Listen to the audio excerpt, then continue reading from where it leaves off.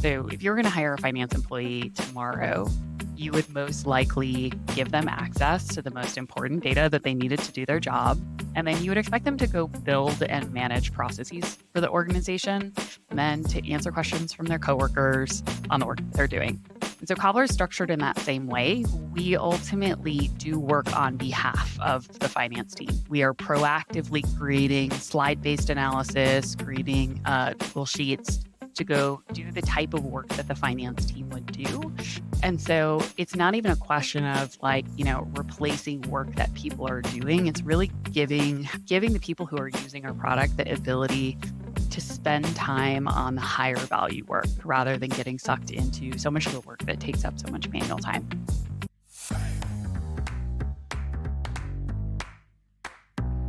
Hello and welcome to Tech for Finance, where we help finance professionals leverage technology to level up their lives. I'm your host, Adam Shilton, and in this episode, we're speaking with Jamie-Lee Salazar, CEO and co-founder of Cobbler, a disruptive venture-backed startup building an AI-powered FP&A analyst. Say that 3 times fast. Jamie-Lee has over 10 years of experience focusing specifically on automation in the workplace. Before she started Cobbler, she spent 5.5 years at Okta, joining as one of the first 200 employees and growing with the team through the IPO process until they were over 2,000 employees. Throughout her career, Jamie-Lee has pioneered new ways to leverage data to generate insight, working closely with finance teams to automate low-value work. In 2019, Jamie-Lee co-founded Cobbler to help finance teams spend less time on manual reporting and more time shaping strategy. A year ago, they launched the first generative AI products for finance. And when she's not building her startup, Jamie-Lee enjoys spending time with her family, trying to learn Spanish and reading about AI. So if you like what you hear today, don't forget to subscribe to Tech for Finance on your favorite podcast platform and on YouTube. It's a pleasure to have you with us today, Jamie. Thanks for coming on. Jamie-Lee, sorry, thanks for coming on. Yeah, of course. Thanks for having me, Adam. I'm excited to be here. There was. And you have told me off many times for saying Jamie instead of Jamie-Lee. But over here in the UK, it's more common to have a Jamie than it is a Jamie-Lee. True. Sorry. I would say in most of the United States, it's more common to have a Jamie than a Jamie-Lee. But I grew up in the South, so I've got like a good Southern name. No, it's a great name, and it's certainly not for obviously messing it up every time. So I'm sorry about that. But as I say, it's great to have you on. I've been following you with interest for ages, as all of my listeners know. I'm a big advocate of AI. I while away the hours, as I'm sure you do as well, with your reading about AI, keeping up to date with everything that's going on. Obviously, it's difficult to keep up though, right? But Yeah. you're one of the few that are actually pioneering and building this sort of stuff into your own platform. So I thought we could start there because, as I say, I've got a million questions I could answer. Probably not going to get through all of them today.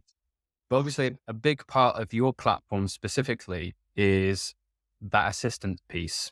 Yeah. Mm-hmm. So I wonder whether you can just give us a bit of background, maybe on where obviously the idea for Cobbler came from, but then also what having an AI analyst means to you and the people you work with. Yeah, sure. So our product has actually evolved a lot. So we started back in 2019. We ended up building a lightweight planning tool.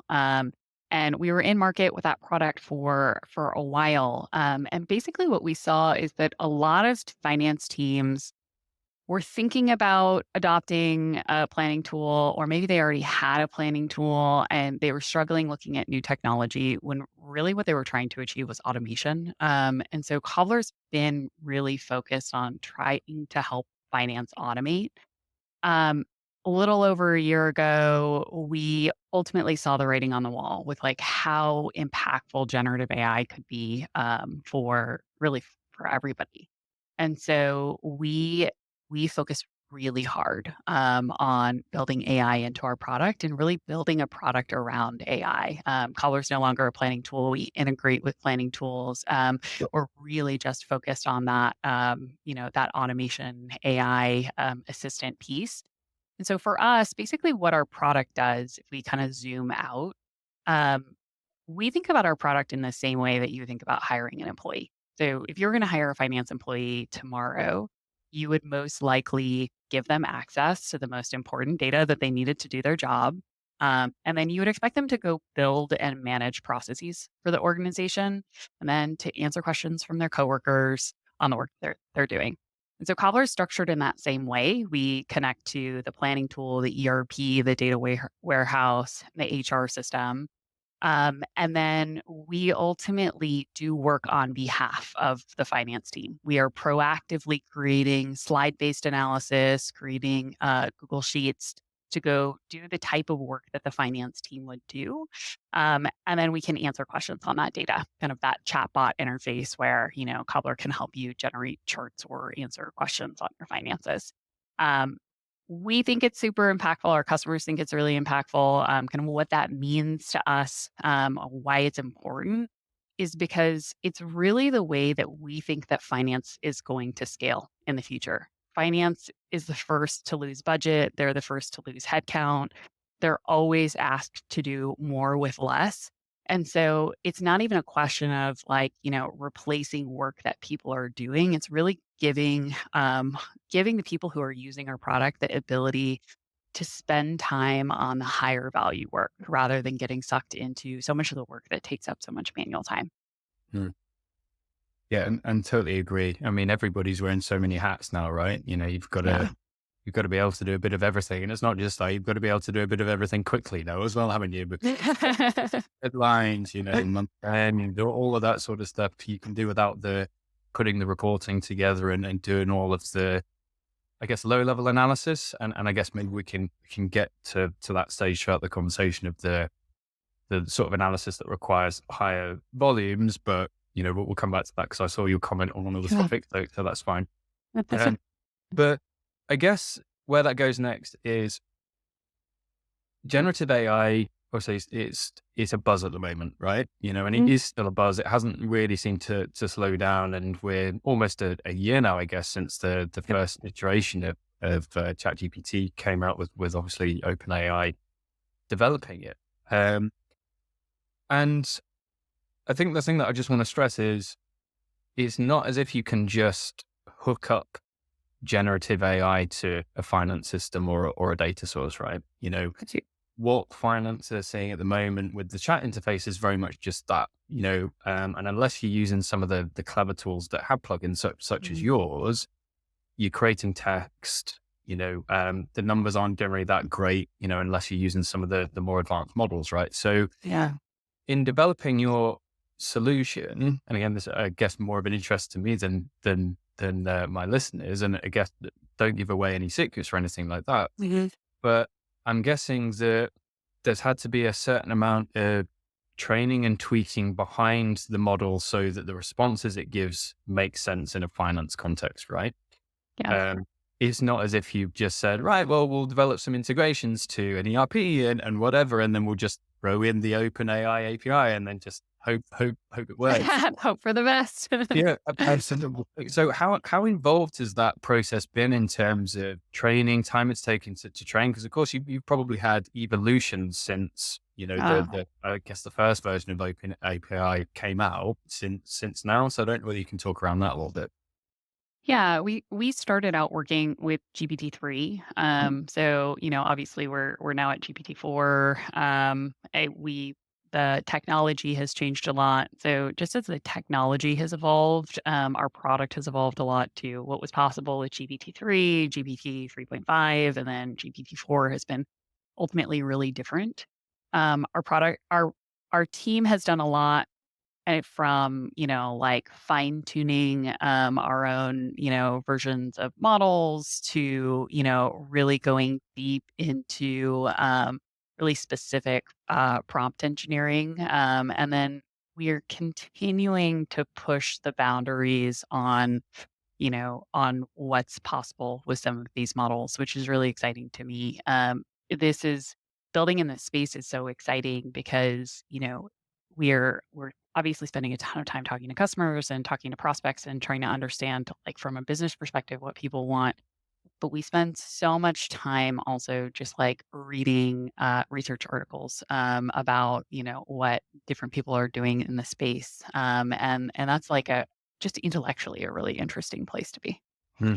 Um, where you can't really credibly just, like, connect into ChatGPT and, expect AI to do Mm. magical things for you. I think one of the things that's interesting as you start building with this technology is, it's one, how amazing it is at accomplishing certain things, but, also how, like how dumb it can seem if you just connect into the API and, expect it to do something out of the box. I think, playing with ChatGPT as users, we don't realize, how much work, unless you're building in the space, like how much work and, how much tweaking and tuning it takes and massaging, to get the technology to do exactly what you want it to do. But when you're able to apply those amazing engineers at, going to do that work, the output that you can have is super incredible.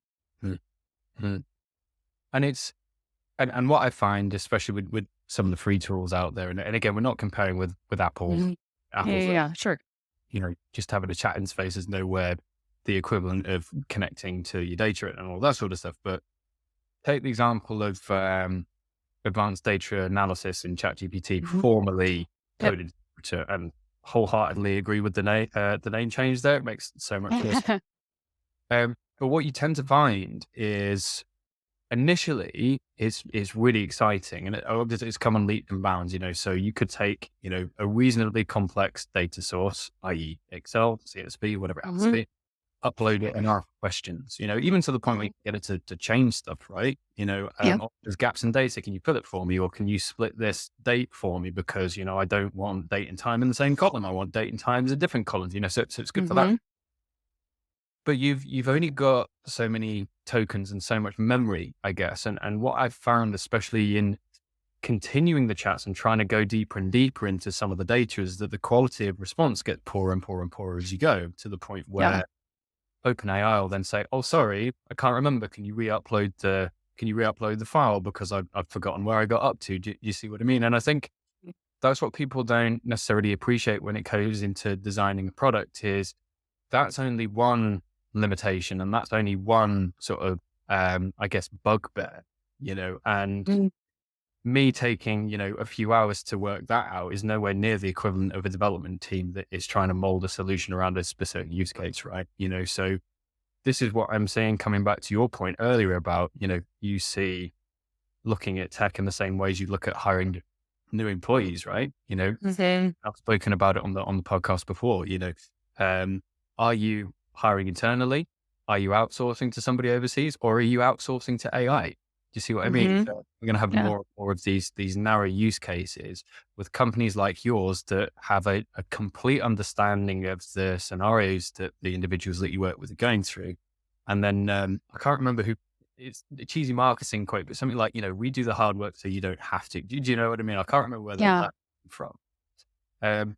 But I guess coming back to you, and I guess the use cases for your tools compared to just the general applications AI people can get hold of. So let's imagine, I work in a finance team, and I know a little bit about AI, right? So I've been using Mhm. ChatGPT for 6 months.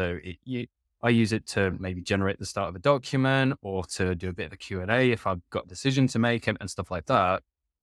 At what point do you think people will start getting limited to the point where that they want more? So you mentioned that your tool can help with the presentation piece, can help with the Google Sheets piece. So what sort of indications are you looking for when you speak to your clients as to when they've reached that threshold of everything that they can do with the stuff that's readily available, to the point where they might need something like Cobbler?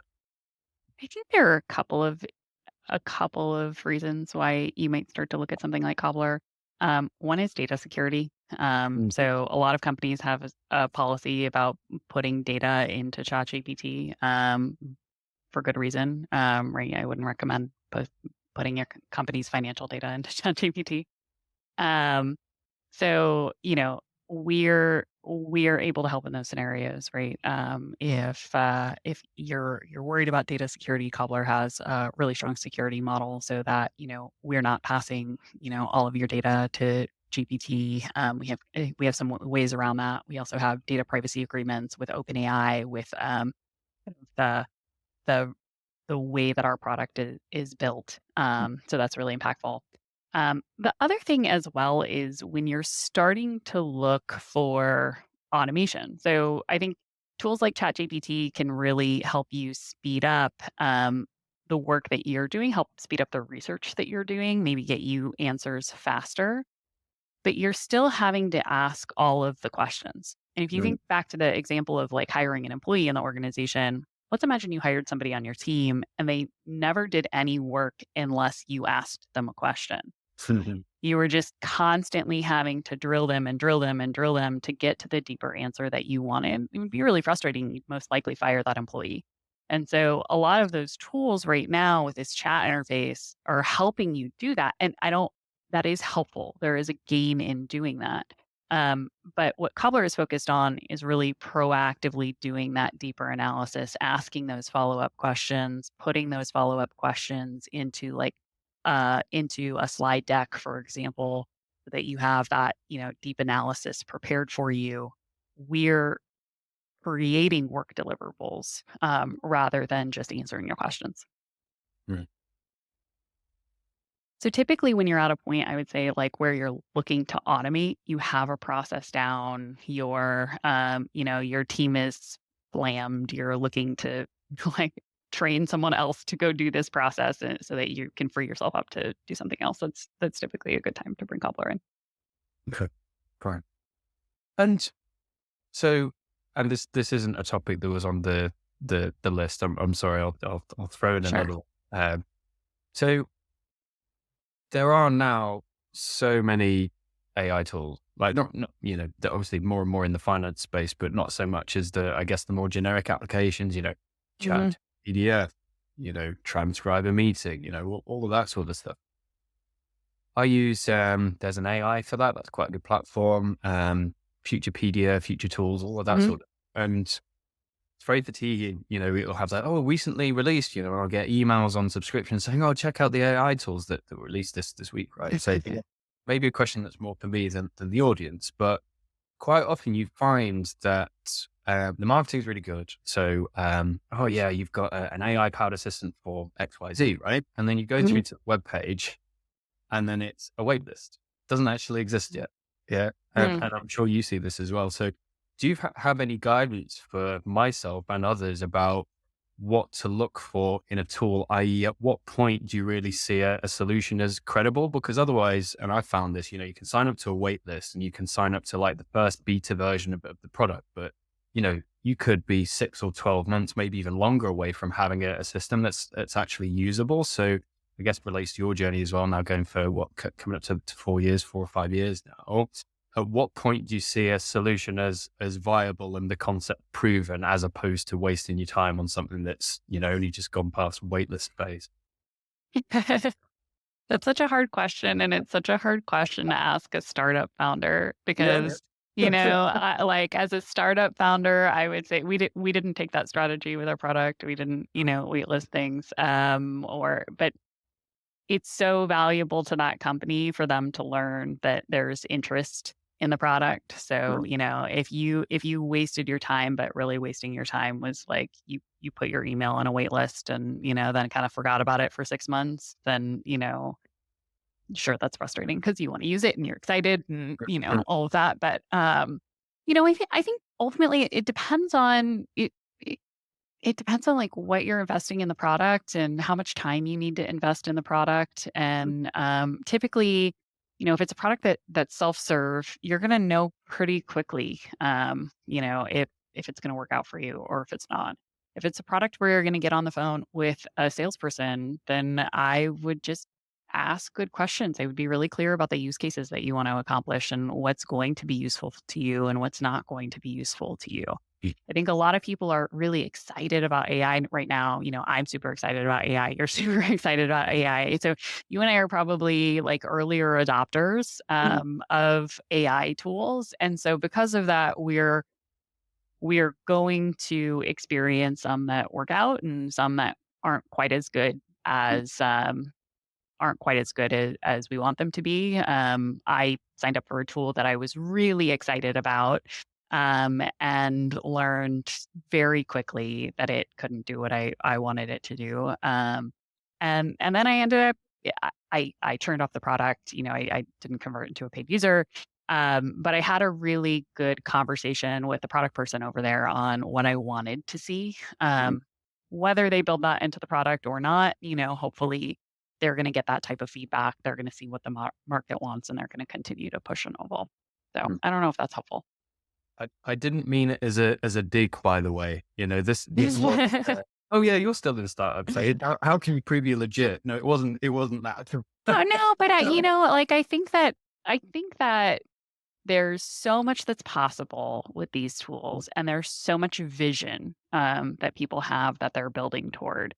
And as a consumer of the products who's trying to get real value, I think it benefits both sides to be very honest about what the value is that you're trying to achieve, what the use cases are. And I think that a lot of consumers don't yet know, right? They're just trying to figure out what's possible. Mm, And so, if you're coming in and you're trying to buy a new product, but you don't yet have a vision for what your use case is going to be, mm, you may end up disappointed. But the more clearly you can articulate and think about what do I want to use this for, what would mm, be really impactful, I think the more value you're going to get. mm. And maybe I changed my approach then because I'd not thought of it from the other way. Obviously, there's a reason that a startup founder would produce a site with a wait list. It's so that they can gauge the appetite in the market, right? I totally get Hmm. that. And maybe I'm doing a disservice. Maybe my rule should, instead of being, oh, well, I'll come back, when it's not a wait list anymore and when, I can sign up to the freemium or get a demo, whatever it happens to be. Maybe my rule should be, no, actually, that looks really good. I will sign up to Hmm. this, even though it doesn't exist yet, because at least then I'm doing the hand raised. So maybe I changed my mindset there. That's fine.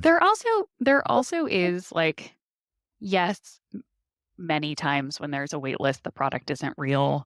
But sometimes when there's a wait list, the product is real. They're just not ready to go release it to the volume of people. Like sometimes a wait list is like a real thing. And so, it's almost impossible to know w- which scenario you're walking into when you see that wait list page on the website. Unless they've got a counter. I've seen that a couple of times. There's like 10,000 people are already on the wait list for this. You're like, okay, fine, I'll be 10,001. But yes, Mhm, some of them don't always show up. But no, the thing that I find interesting comes back to your story that you mentioned earlier about the other tool that you didn't get to the paid process, but you saw the mhm, potential in it is if you have signed up, it's interesting to see the sort of updates you do get from the product teams mhm, at different stages of the journey. So again, we're on a podcast. I live in a podcasting world, and as I've said on the podcast previously, I use an AI tool called Podium.pay. mhm, It does my transcriptions, it does the chapters, so it automatically does the timestamps, and it does kind of the summary information, just so mhm. that I don't have to, its AI is fine tuned to doing a podcast intro summary in a much better way than me trawling through a load of transcript would ever be able to do, right? So that's an instance when Ah, AI is better than me, and I'll be able to do that, right? And at the same time, I signed up to a platform called Decipher, which I think is mhm, Decipher. So it's mhm, missing an E from the end. And at that point, it was very basic. It was purely a freemium tool, and it would only do really basic summaries. You could kind of see the potential, right?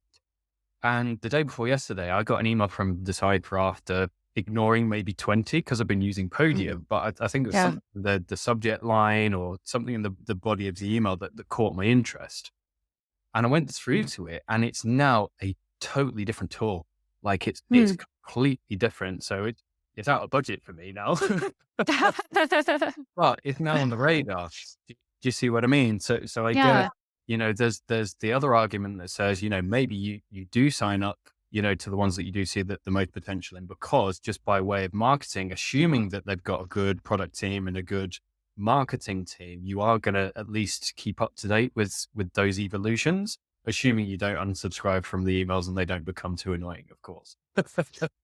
Yeah, I think that's an exciting part about being an early adopter in technology. You get to see how it evolves. Your voice matters, when they have a handful of customers, they really care about about what you have to say. I have a different experience where I signed up similar. I use a tool called Avoma that records our sales meetings and helps transcribe them and all of that. And I've had feedback for their product. I've gotten their updates, and I've responded to their updates saying like, "Hey, I really want this, that, and the other thing," and instead of this thing, maybe I'm a really annoying customer. But the CEOs jumped on the phone with me, and talked to me about what I wanted and tried to dig into the specific needs that I had, and um, you know, that's uh, that's just a super exciting place to be, where you're having these conversations and you're helping move forward technology. Even if you're not, a founder or part of a startup, I think you can still play a really big part of that journey. What did you say that tool was? Avoma, Avoma. They're great. They're really One of great. one of the few that I've not heard of. Yeah, you should check them out. I am now. And no, come back. I've opened it as a tab, but I don't want to be Okay. connected. But I could go down a rabbit hole quite easily with that. Okay. So to get back on track. Sorry, I've taken us off on a tangent, haven't I? I It's apologize. okay. I'm here. I'm here for it. Yes, still with me. Still with me. So coming back to the data piece then. So my original question is what volume of data is required for insights to become useful? And you correctly pointed out that with generative AI, volume doesn't really play into it because we're not into that, I guess, predictive analytics with this use case. We're just about, as we've spoken about, using the data to, help automate and help do some of that admin stuff. So maybe if we don't look at data volume then, and we look at the type of data needed, and I guess quality is maybe a better way of looking at it, right? So you've said that you can connect to, a ton of tools, whether it's an ERP system or, whether it's an FP&A tool or a data warehouse or whatever it happens to be. Now, obviously, with the development of your solution, you can input data and decipher it and do that sort of stuff. But are there any best practices for finance teams in terms of the way that they manage data so that they get the best out of your tool? So is it Mhm. best for it to be clean? Does there, is it okay if there's gaps in it? Is it okay if it's not Yeah. maybe perfectly formatted? Can you speak around that a little bit? Yeah, sure. So I have a lot of opinions about this. This comes up Okay. a lot in these Great. calls. Great. As I mentioned, our product runs routines on data. So one of the routines that we ended up creating is a data cleanup routine. The most common example of that is we do vendor cleanup. So what we commonly see, if you look at like ERP data, Mm, you have often multiple vendor fields that are coming into the system. You have to basically bring all of those vendor fields together to get the right view of your vendors. Those vendors are also like often just like poorly formatted. You have variations on the corporate business name, you have misspellings, you have strings that are coming in from credit cards, maybe even like uh, what we call global synonyms, where you have a company that's billing under a DBA, like Carta bills under eShares, but everyone plans for it as Carta.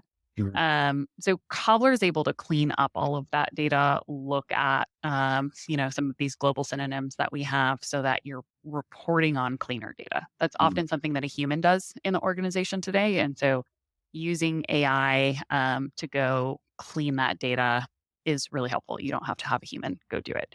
But I think if we take a step back and we think more broadly about what's the data quality that you need for AI or for our product, it's really a question of like, what is the data quality that you need for automation?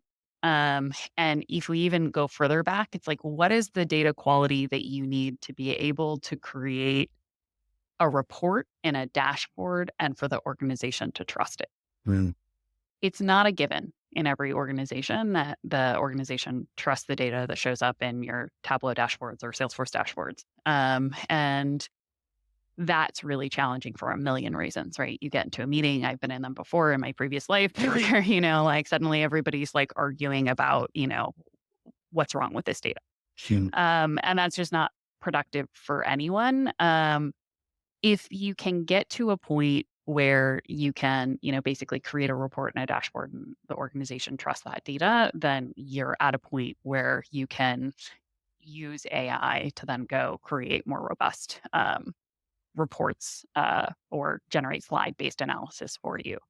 If Mm. you're not at that point, I would encourage you to go run toward that point, um, Sure. because data is everything in this modern world. And so, no matter what you want to do, if you have somebody who has to manually touch your data every single week or month or whatever it is to get to a point where you trust that data, you're not going to be able to do the more strategic things that you want to do in the organization. And you eventually will likely get layered in the organ. Like someone's going to come in to come fix this problem.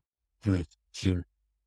Yeah, and then we're into the territory of, right, well, do we want to feed data directly, or do we want to go through some sort of data warehousing project prior to taking on a tool like this, right? Because, Hmm. it would be unfair for companies to come to you and say, look, here's, you know, ton of really rubbish data, like expect your tool to work perfectly. It's Hmm. not fair in those instances.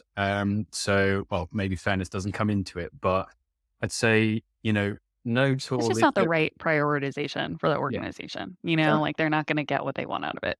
Yeah, that's it. And I appreciate there's AI tools that help with the data piece, but they're only going to go so far without, Yeah. some sort of human intervention or some sort of structure behind it, right? So, if data is your problem, then a tool's not going to fix the data. So there's an exercise in doing that first, right? So no, I Yeah. wholeheartedly agree with what you're saying there, which is cool. All right.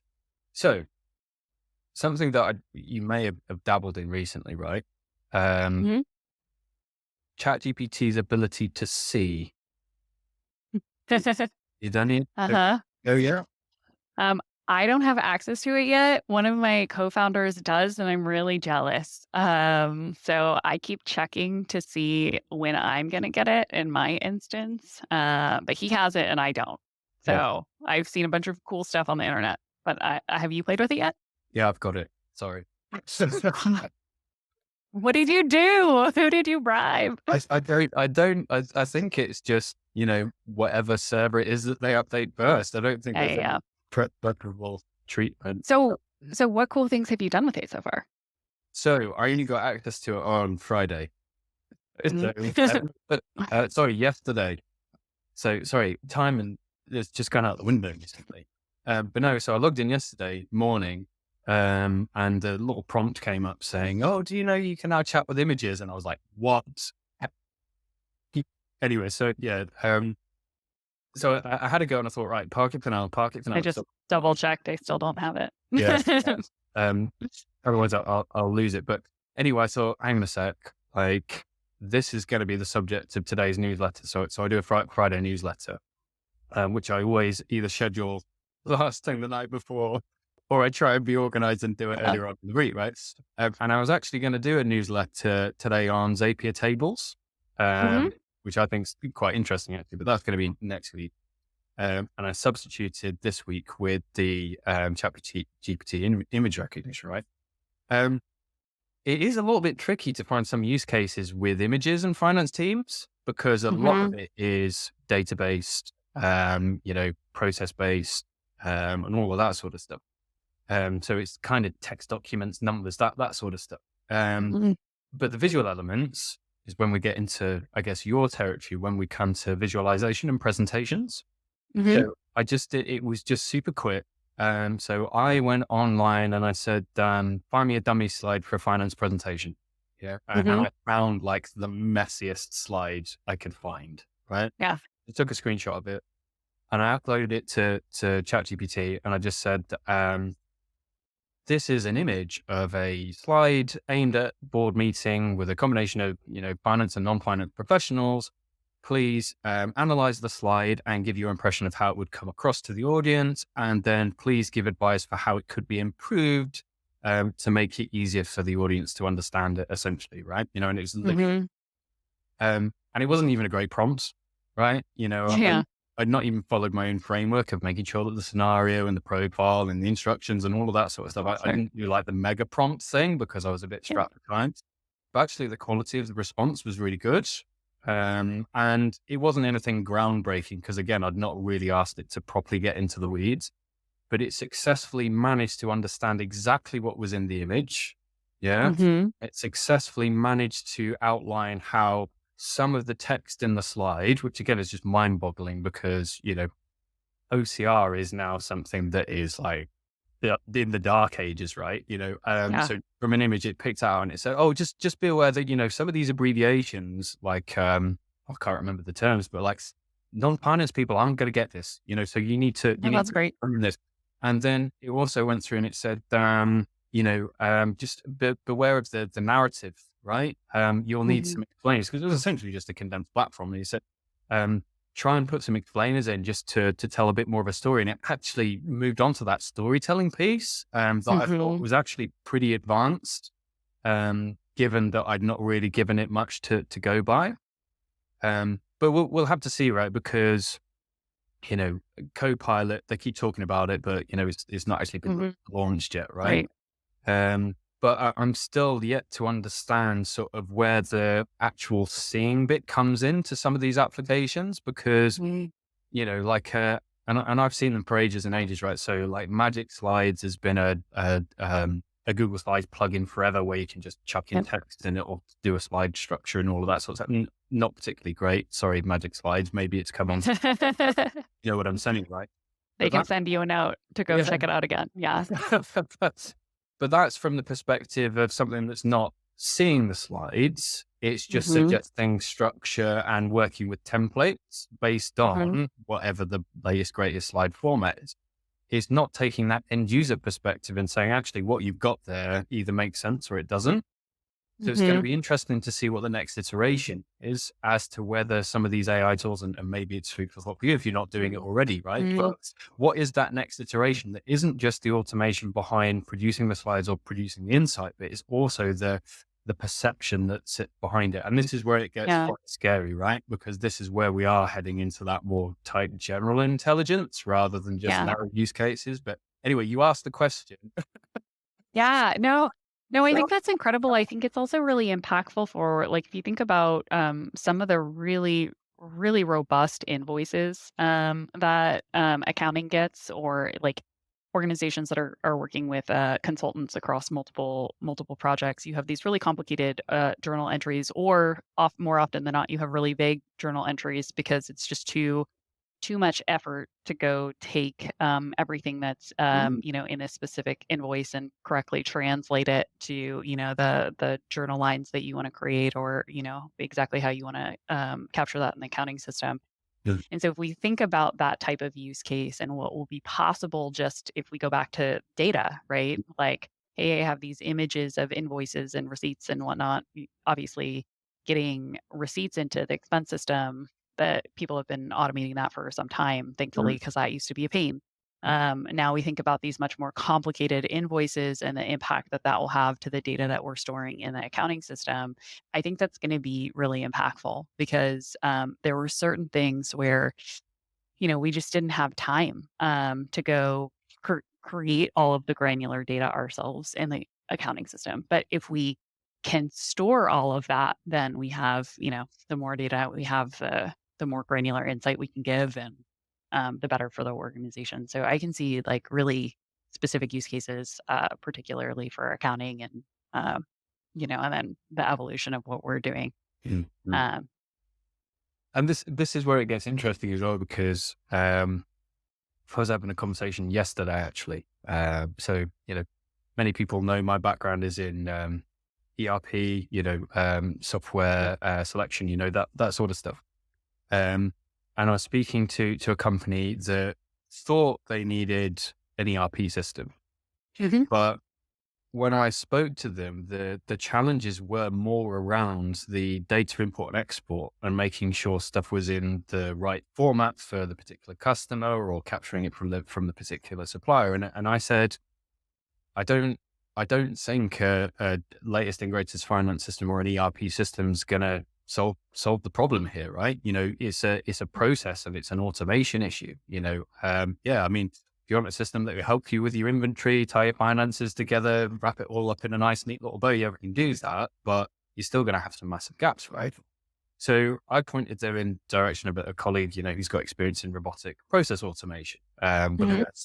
that seemed to be the most logical first step, right?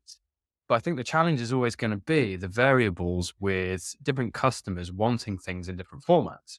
And Hmm. this has always been a challenge for RPA and any system that wants to produce something consistently is Hmm. because it's very difficult to say to a system, um, oh, do this for this scenario and do this for this scenario, do this for this scenario, because you end up into a ton of development work and it doesn't scale, right?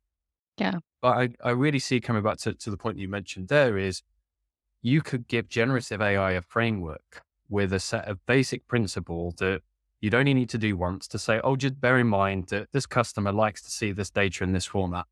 Yeah, before it Hmm. goes out, you've just got an intelligent system that's tweaking things so that it's going out to the relevant people in the right way. And that's when Yeah. we're bordering, obviously, into emulating a human brain and that knowledge of what matches up with what, as opposed to just training on a repeat process that happens all the time.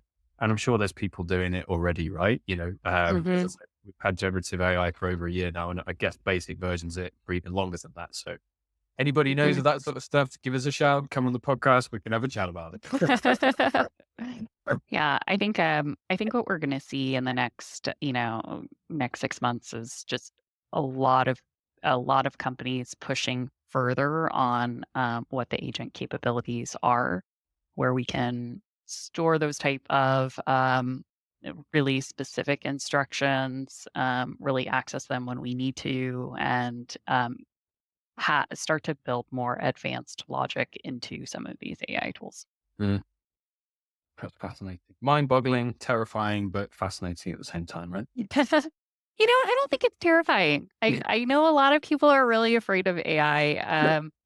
Obviously, I'm really optimistic, and I've drank the Kool-Aid, but I think the bigger thing to be afraid of is like the younger generation coming in who's fully embracing the AI tools, replacing you rather than the AI itself replacing you. I come across people, we all come across people who are like trying to keep AI at arm's distance Yeah. because they're worried about the impact that it might have, and I think they're worried about the wrong thing. Yeah. And you see it in films all the time, don't you? Or maybe in real life as well. But, um, youngster in a hoodie with an iPhone, turns up and they're like, oh, we've got this really complex development problem or we need to hack this website or whatever. And then just Hmm. turns to the kid and the kid's like, done it.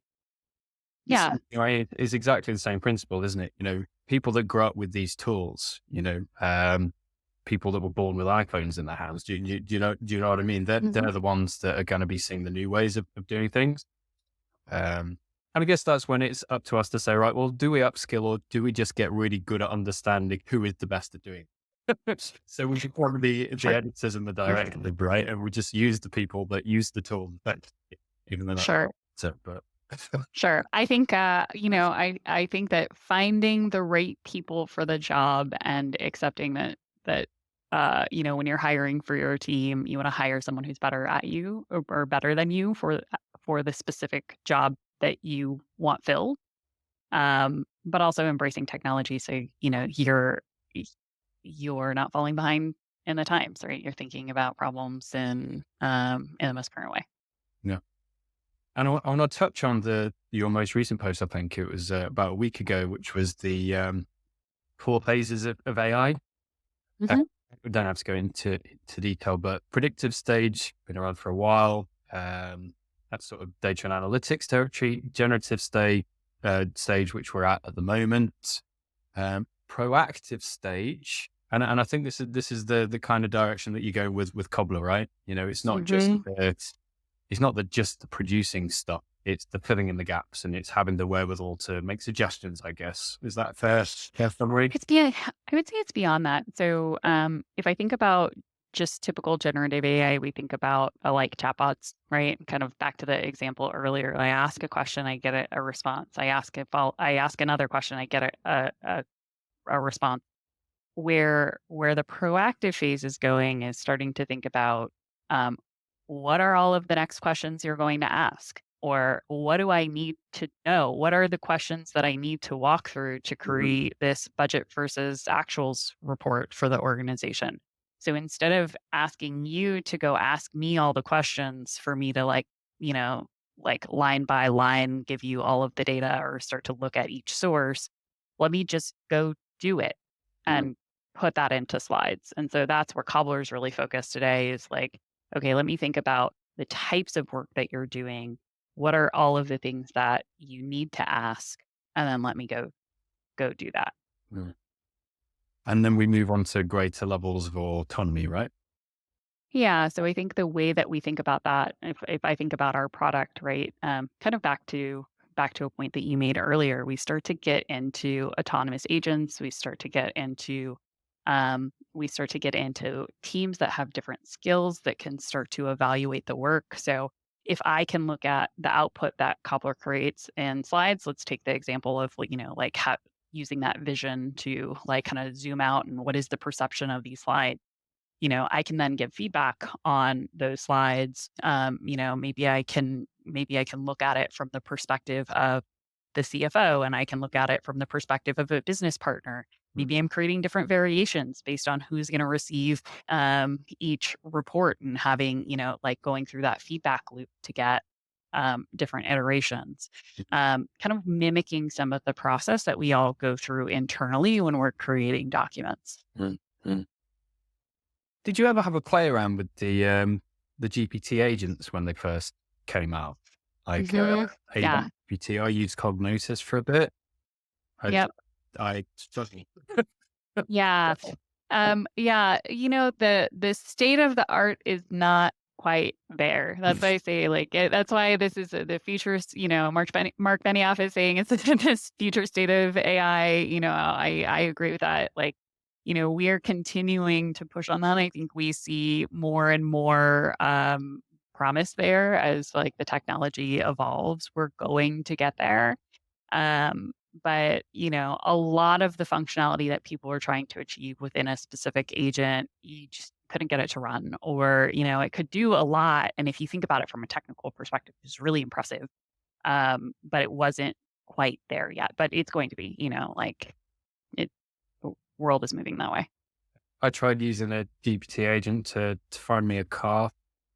Hmm. So here's the sales. I was like, buy me this type of car for this budget, and it did a half decent job. But at the time, it was chained to my OpenAI API, Uh-huh. and fortunately, we weren't into really expensive models at that time, right? But I could just see like the cost mounting as this thing round and round and round in Yeah. circles. And it just, I mean, it found the dealerships, it found everything with the brand in it, but it didn't find, it didn't manage to find anything in the secondhand market or anything like that. And to me, that's the whole point of having an agent is that it can go that level deeper by itself without having to be prompted, right? So I Hmm. wasn't wanting to say, oh, look here now and look here now. I was expecting it to do itself. But as you say, the cutting edge sometimes has a way to go, right? You start to see that with when you're browsing with the internet through Mhm. ChatGPT, you start to see the functionality with some of the plugins that you have. You're seeing multiple steps that are executed, but they're pretty basic steps at this Mhm. point. And so I think that's really promising. I think we'll, very quickly get to a point where, we can have like AI assistants doing, a lot of the basic work. I mean, we already are through like kind of the specific tuning and automation that people are putting into their products. Mm. But I don't know. I don't use the browsing or ChatGPT all that much, if I'm honest. I do actually use a plugin. I use Browser Pilot Mm-hmm. because I don't actually use ChatGPT. But if I want to search the internet, I still use Google, right? Or Bing. Sorry, I Mm-hmm. don't want to be biased or anything like that. But no, I found that Browser Pilot is a means of summarizing web pages, especially long ones, Mm-hmm. so much better than Mm-hmm. just giving the link to the Bing enabled version of ChatGPT. Mhm. So you develop your own preference, don't you? You know, and it's why it's, becomes more personal as more of these tools start Mhm. evolving. You've got to pick your stack, if you like, haven't you? Yeah. I don't know how much you've played with it, but ChatGPT, since they re-released, basically like browse with the internet, Mm. functionality, it's really good. It's really good, like, because if it doesn't know the answer, then goes and looks for the answer. Yes. And so then you have that expertise kind of, like, supported by what's out in the internet. So it's not perfect, right? You don't always get what you want, but I use it a lot. I think it's, like, the default that I go to now. Mm. I tried it with Bard. So I got the Mhm. Bard email saying, "Oh, you can have extensions now." I was like, "Oh, this is amazing." Yeah.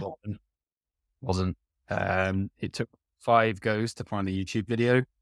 Man. It's Yeah. yeah. I mean, I'm hoping with the because I keep talking about this Genesis. Genesis, yeah. Um, so I'm hoping that, because they're trailing at the moment. They are really trailing.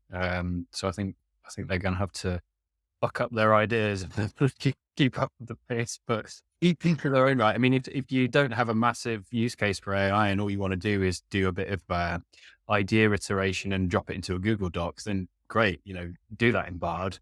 Mhm. But I guess the more I call myself a seasoned AI person, Uh-huh. I don't have any certifications or anything like that. Just spend a lot of time on it, right? I just find very quickly just go past it, but Yeah. hopefully we'll see it catch up. But I'm conscious of your time, Jamie. There, I only have a couple of other questions. So, um, one relates to your favorite bit of tech. You can't say cobbler, sorry. But before we get on to that, um, you've got 3 kids. One of them Mhm. quite young. I don't have 3. I have 2. So, as we discussed, yeah. But I'm not the CEO and co-founder of a business. So can you just spend a couple of minutes walking me through how you actually get anything done? Yeah. Yeah. Well, that's a great question. Yeah, so I have 2 older stepdaughters that are 9 and 12, and then I have a 2.5-year-old. I actually had a baby right after we raised our seed round, which I really don't recommend. If there are any founders, especially female founders who are ever listen to this and, are gonna have a baby and a startup at the same time, please reach out to me. I will talk to you. Sure. I had a hard time finding people who had done that. Yeah. Um, I think I definitely wouldn't say it's like, good for your productivity to have a baby and a startup at the at the same time. But we have a lot of help. We have a nanny who's amazing. My daughter's now in preschool, which is helpful. Um, I have really, really strong boundaries around like dinner time Mm, in our house. So I almost never work between like, let's call it like 6 and 8:30. I want to have dinner with the kids. I want to put my daughters to bed. I want to like spend that time with them. mm, And then maybe I'll jump on again after everybody's gone to bed if I need to. mm, Um, there is something magical though about having particularly young kids, because when you're really stressed out and, work is brutal, which it always is in a startup, like you can go see your child and your child doesn't care. right. Um, and there's something great about that. There's something that gives you perspective about, like this is really important in this one context, but there are other things that are much more important and are going to be in my life much longer than, this company is going to be. And I find that to be really grounding. Um, Actually, everyone in our company has really young kids, so we've had to balance around that. We had one quarter where half of our company all had babies at the same time in the quarter. We call it baby apocalypse. It's really difficult to manage. Wow. Very good. But you wouldn't change it, would you? You wouldn't change it. No, no, no, no. No, not at all. When I was thinking about having a baby, it wasn't the right time, and I kept thinking like, oh, I've got to wait until it's a better time. And ultimately, I realized like you don't know. You don't know. there is never a good time, Right. particularly as you're trying to balance a challenging career, and you have to optimize for what's most important long term. Mm, Um, mm. Yeah, so obviously coming up to Halloween, right? My I eldest son, have bats and a hat. yeah, yeah. Yeah. My eldest loves Halloween, even when it's not Halloween. Like, there's a program called Steve and Maggie, which is a Mhm. dude that's done so many Halloween episodes, and then Danny Go, who's got all of these like spooky, do the creepy crawl type songs, and he loves all of that sort of stuff. Well, I was working yesterday, and it was my wife's non-working day, and I just heard up the stairs, "Daddy, where are you?" I was like, Mhm. what's going on? Because he never says that, right? He's like, "Daddy, where are you?" And he kept shouting, and he'd broken the leg off of his skeleton. Oh, dude. And my heart melted because I looked upstairs and he was like, "Daddy, fix it." And Laura, my wife, she was just looking at me as if to say, "You're not going to fix it because it's unfixable." But it didn't stop him trying, right? And you're absolutely right. Yeah. It was a reset because, and it came at a welcome time actually around lunchtime where I was absolutely knackered and had been sitting in front of a screen for 6 hours. But yeah, it's nice to have that reset. Doesn't always come as timely as that, I might add, but Yeah. no, it's nice. It is nice. Yeah. So the last question then is, and this can be in your personal or your professional life. We've had, I think, it was Wouter at Born Capital. He said one of his favorite apps is like he's got like a family planning app, I think. We've had Tamer at Calls will say that his favorite gadgets is Philips One Blade, which I'm in dire need Mm. of right now with my shaggy beard. But if you could pick one, could be like a phone app, Chrome extension, whatever. What could you not live without? I'm gonna give you a really unsatisfying answer, which is ChatGPT. Uh, I out of all of the tools that exist and, there are so many cool companies that are coming out now, I find myself ChatGPT is like then it's like my email and ChatGPT are mm, open. And, um, I there's just so much possibility, particularly I'm not an engineer, I don't have an engineering background. mm, Um, but right now, just with you have like GitHub Copilot, but even with the paid version of ChatGPT, you can get so far, even as like a non-technical person, mm, in building automation and kind of like starting to play with this technology yourself, which I think is so helpful in understanding it, mm, um, to just start to go build something, connect to the APIs, start to, I saw a LinkedIn post that you created the other day about summarizing emails. mm, I had done something similar where, I connected into an API to go grab a bunch of articles that I wanted to read to go summarize articles. And, I was trying to basically build like a ranking algorithm to go like rank those articles. mm, And so just in terms of being somebody who works in tech, having, almost like a really knowledgeable friend who's there to go teach you, I mm, think is really impactful. I have like a chat in ChatGPT. We talked about the fact that I'm constantly trying to learn Spanish. I have one of my chat channels is trained to be my like Spanish tutor. And so, like have conversations and get feedback on, what I'm doing right and what I'm doing wrong. And it's just amazing. it's so versatile. And it's not a cop out at all, and I think, you're right, it has raised the bar. I mean, finance pros listening, you don't have to have the wool pulled over your eyes anymore, right? So, whether it's a system you're using or whether you've got a query, you're now at a point where your knowledge can pretty easily match basic knowledge of anybody else, so it's one of those where, a credible answer, even though it might not be perfect, is just a few prompts away, right? So no, Yeah. it's all good. So where can people find out more about you, Jamie Lee? So people can come find out about our business at cobbler.io, www.cobbler.io. Or you can reach out to me on LinkedIn. Yep. And I think you are, let me just get, you're Jamie Lee Rice still on Yep. your LinkedIn URL. Yep. So people can find you there. So Jamie Lee Rice, all one word, on LinkedIn as well. Cool. I'll put it in the show notes just so people have got the links, and they can pick up with you. But it's been an absolute pleasure, Jamie Lee. I'm sure we could have kept going for hours, but you've got a business to run, eh? But maybe we have a catch up in 6 months when you continue to smash it and you double size, and it's in the next iteration. We've got ChatGPT 5 and all that sort of stuff, and we'll have. Looking forward to it. All right, Gene. Excellent stuff. Thanks ever so much. Have a good day. Great. Thank you. Thanks.